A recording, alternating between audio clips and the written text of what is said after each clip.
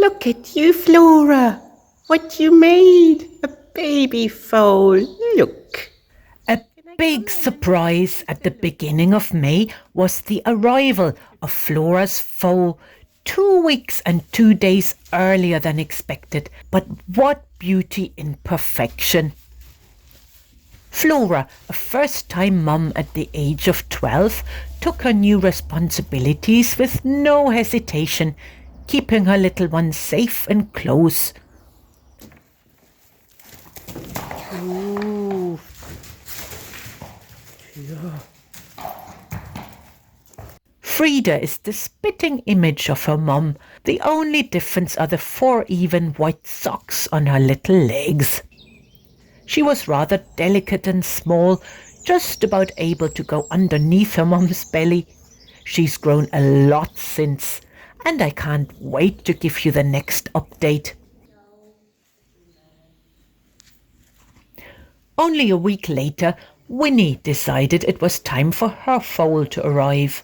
Little Walter is Frida's uncle, very sweet but very shy.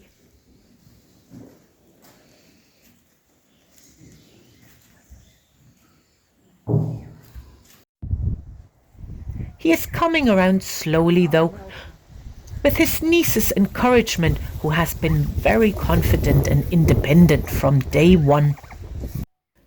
Our barn is in its 2nd full year and slowly birds start using it as their nesting ground.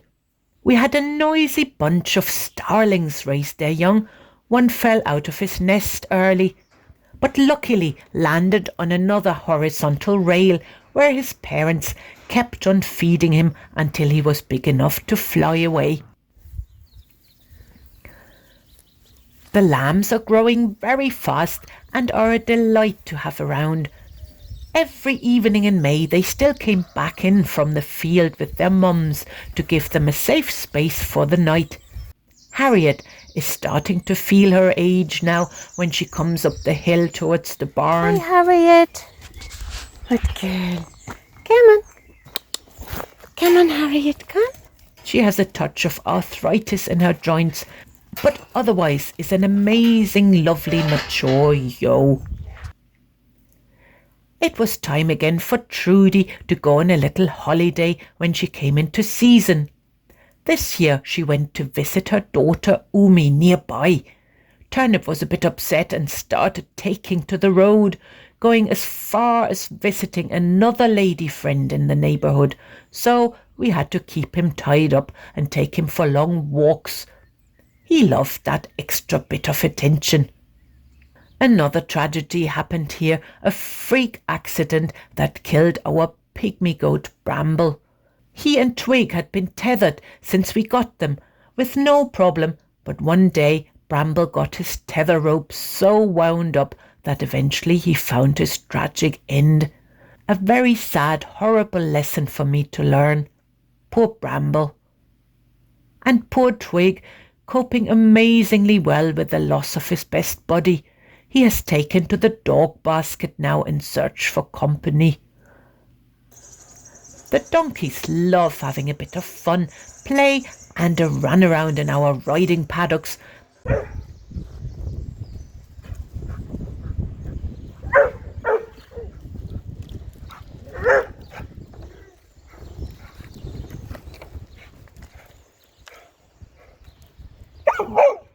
But mostly they help keeping the grass low these days, a job they love. With Flora on maternity leave, Henry had to cover for her when it was time to spread lime in the fields. Right, Henry. Giddy up so. Huh? A job he has done for many years and is happy to do again once in a while.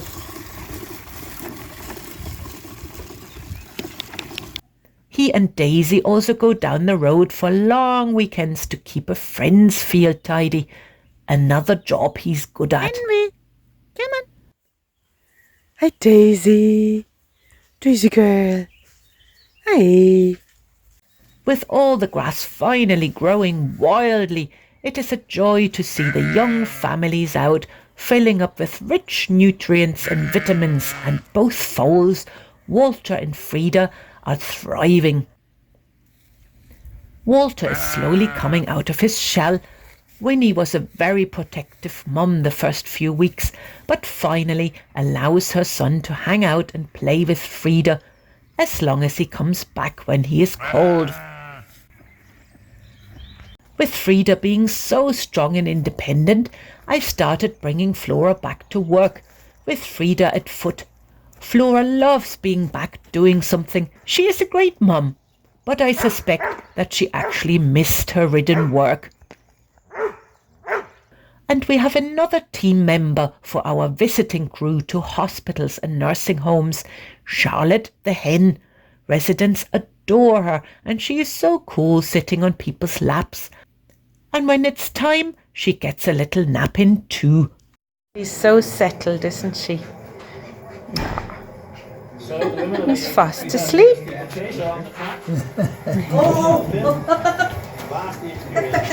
Så sväljer fram.